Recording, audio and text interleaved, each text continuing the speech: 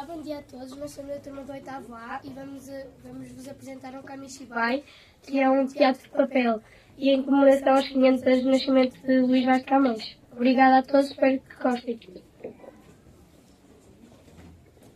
Considerado o maior poeta lírico e épico da língua portuguesa de todos os tempos, a biografia de Camões é ainda hoje dificílima de traçar, dada as escassez de elementos e dados que sobre ele possui. Filho de Simão Vaz e de Ana Sá Macedo, é no domínio da incerteza que se aponta a cidade de Lisboa como o lugar mais provável de nascimento de Luís de Camões, em 1524 ou 1525, havendo 6 outras localidades que lhe disputam a honra. Coimbra é uma delas. Supõe-se que aí tenha estudado, embora não haja qualquer registro comprovativo de que tenha frequentado a universidade, pois Dom Bento, seu tio prior do Mosteiro de Santa Cruz, foi também orientador da universidade, pelo que poderia ter orientado a sua educação superior. Camões pertence a uma aristocracia empobrecida que procura o serviço das armas. Um modo de vida. Crê-se que, na modalidade, tenha estado em Ceuta, havendo a indicação de que 1547 e 1548 como datas prováveis da partida, e 1549 para o regresso a Lisboa. Teria sido em África que um velouro lhe vazou um dos olhos, num reencontro com os mouros. Certeza, sabe-se que a deformidade ocorreu antes da sua partida para a ilha, pois ela se refere numa carta que lá escreveu como sendo fato conhecido. Em Lisboa leva o que parece uma vida de boémia, tendo sido preso no tronco da cidade por ter havido assaltado numa briga com outros companheiros no serviço do paço. É perdoado por Dom João III em 1553, como atesta um documento que sugere a sua ida para a Índia. Pelo Oriente andou durante 17 anos, mas nada está documentado. Em data que é impossível precisar, Camões naufragou no rio Mekong, salvando das águas o manuscrito Os Lusíadas, como ele próprio declara. Por volta de 1578, certo em busca de melhor sorte, viaja para Moçambique, onde Diogo do Couto o encontra, vivendo na maior pobreza. O poeta passava então o tempo a aperfeiçoar os Lusíadas. Couto e os amigos do poeta pagam-lhe as dívidas e a viagem, e com ele seguem para o rei, arribando ao porto de Cascais na primavera de 1570. A 24 de setembro de 1571, Camões obteve de Dom Sebastião o alvará que lhe permite imprimir os Lusíadas, por um período de 10 anos. Em 1572, sai a obra em Lisboa, em casa do impressor António Gonçalves, e, em 28 de julho do mesmo ano, Dom Sebastião concede ao poeta uma pensa anual de 15.000 reis, que, por ordem de Filipe II de Espanha, continua a ser paga à mãe do poeta após a sua morte, em Lisboa, a 10 de junho de 1580. Era uma vez um homem humilde e gentil, agradecido às deusas Palas, Vênus, Diana e Juno, adorada no continente de África, Ásia e Europa. Este homem foi-lhe concedido um corpo forte e um espírito sábio, tendo grande parte do conhecimento que lutou, permitiu fabricar 4 únicos elementos, dando a parecer que ele era uma máquina que conseguia pegar no mundo com a mão. Com isto, um milagre aconteceu. A natureza pôs os 4 elementos em cada uma das generosas senhoras e por todas as 4 que partiu: ar, fogo, terra e água. Pelos rastros ternos subscreveu, em sábia falas, Vênus em Formosa, Diana em Casta, Juno em Animosa, África, Europa e Ásia se encontrou. Aquele saber grande que juntou, espírito e corpo em liga generosa, esta mundana máquina lustrosa, só 4 elementos fabricou. Mas fez maior milagre da natureza, em vós, senhoras, põe em cada uma o que por todas as pagas repartiu. A vós seu esplendor deu sol e lua, a vós com viva luz, graça e pureza, ar, fogo, terra e água vos serviu. Certo dia, o homem andava pelos campos verdes a deambular, refletindo na vida. Apercebeu-se de que estava acompanhado por uma vizinha que cantava tristemente. Ela perdera algo importante para si, o que a impedia de cantar com alegria. Sentiu-se solidário aquele homem, tendo uma companheira com quem chorar as mágoas. E a ditosa vizinha continuou o seu voo pelo mundo. Quem fosse acompanhado juntamente por esses verdes campos da vizinha, que depois de perder um bem que tinha, não sabe mais que coisa ser contente. e que em todos os pertences da gente, ela por companheira e por vizinha, me ajudasse a chorar a pena minha, e eu a ela também a que ela sente. Ditosa ave, que ao menos esquecer da vida seu primeiro bem não dá segundo, dá-lhe a ser triste o seu contentamento. Mas triste quem de longe quis ventura, que para respirar me falta o vento, e para tudo, enfim, me falta o mundo. Enquanto passeava por belos campos verdes e lhe lembravam a cor dos olhos da sua amada, o homem ia observando tudo em seu redor, prendendo a sua atenção nas ervas e nas ovelhas que por ali pastavam. E outras memórias lhe ocupavam o coração, memórias de outros verões, em que corria com alegria pelos bonitos campos verdes, onde avistar aquela bela mulher, dos olhos verdes de cor de limão, da qual se apaixonou.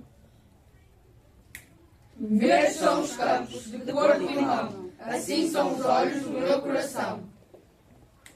Campo que descentes, com verdura bela, ovelhas que nela vossos pastos teres, de ervas dos mantelos que traz o verão, e eu das lembranças do meu coração. Gatos que pasteis com contentamento, vosso mantimento não me vendereis. Isso que comeis não são ervas, não, são graças dos olhos do meu coração.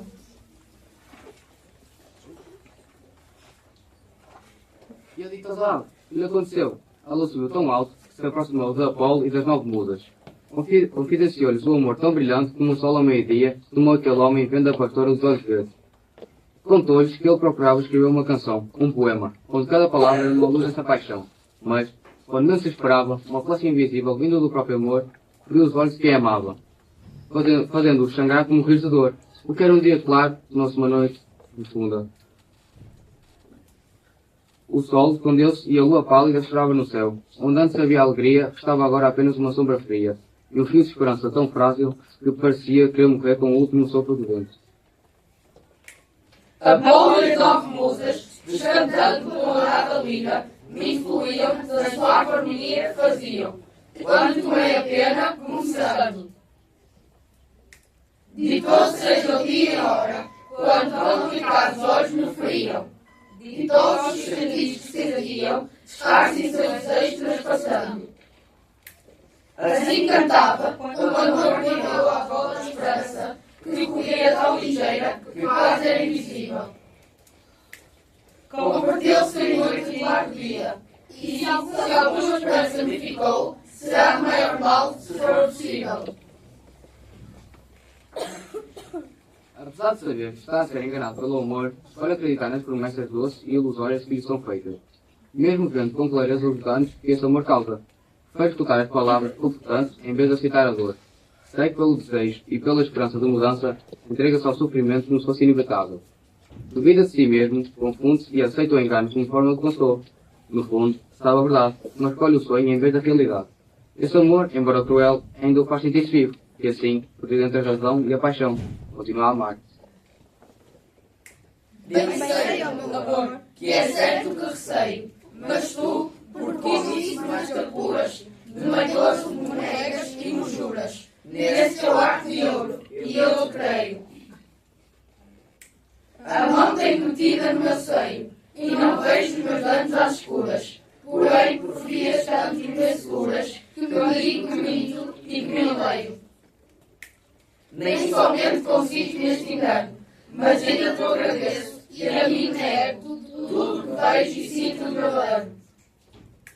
Ó poderoso mal que me entrego, que no meio do justo desengano me possa ainda cegar o meu cego. Mesmo sem esperança, seguia em frente como quem navega em mais revolto sem barco nem direção. Já não ajustava às perdas, pois nada tinha. Ainda assim, o amor, astuto, encontrou nova forma de o magoar. Não com gestos visíveis, mas com um mal escondido. Uma dor invisível, mas que corre por dentro. Havia dias em que essa dor aparecia repentinamente na sua alma como uma sombra sem origem, sem nome, sem explicação. Surgia do nada, e crescia em silêncio e doía como se viesse de toda a parte. Busco amor novas artes, novo engenho, perguntar-me, que novas estivâncias, que não pode tirar-me as esperanças, que mal me tirará o que eu não tenho. Olhai que esperanças me mantenho, vendo que perigosas seguranças, que não temo contrastes nem mudanças, andando em bravo mar, perdido leio.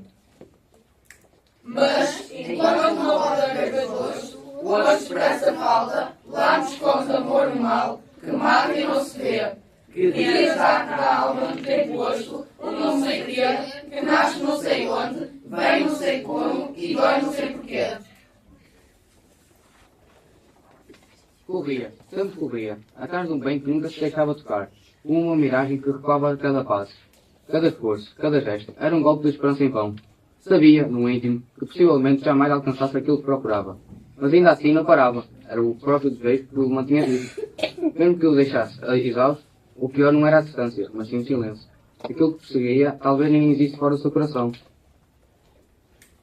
Como se longa de ano em ano, a peregrinação cansada minha, como se encurta e no longo fio caminha, este meu breve e vão discurso humano. Minguando a idade vai crescendo o dano, perdeu-se um remédio que ainda tinha, se por experiência se adivinha, qualquer grande esperança é grande engano. Corra após este bem que não se alcança, no meio do caminho que falece, mil vezes caio e perco a confiança. Quando ele foge, eu tardo, e na tardança, se os olhos d'égua ver se ainda aparece, se vista se me perde e da esperança. Decido com o amor, decide se embarcar nas caravelas portuguesas em direção à Índia. No final de tudo, acabou por viajar por várias partes do mundo, fazendo descobertas emocionantes e passando por momentos históricos. Viajou por mares muito violentos e ajudou a dar várias vitórias à sua pátria amada. Que pensais no Oriente tantos reis, que de novo lhes deis ainda o Estado, que escurçais a fama que não ganhado, aqueles que ganharam infiéis. Que vencidas tenhais da morte as leis, e que venceis tudo, enfim, armado, mais de vencer a pátria, desarmado, os monstros e as quimeras que venceis. Sobre vencerdes, pois, tanto inimigo, e por armas fazer que sem segundo, no mundo o vosso nome seja ouvido. O que vos dá mais fama ainda no mundo, é vencerdes, Senhor, no reino amigo, tantas ingratidões, tão grande inveja.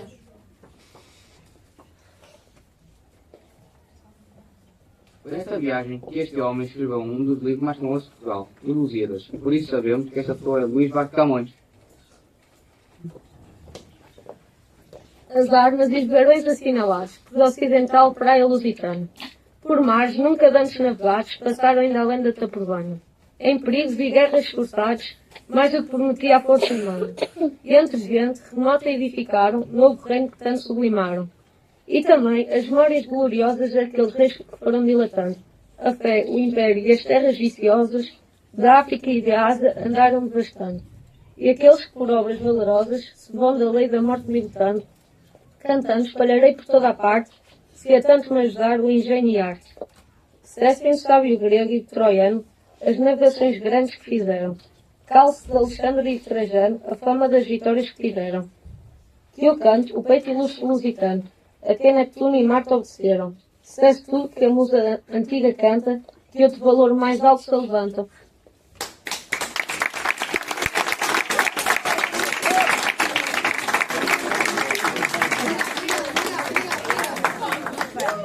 Venham à frente agradecer.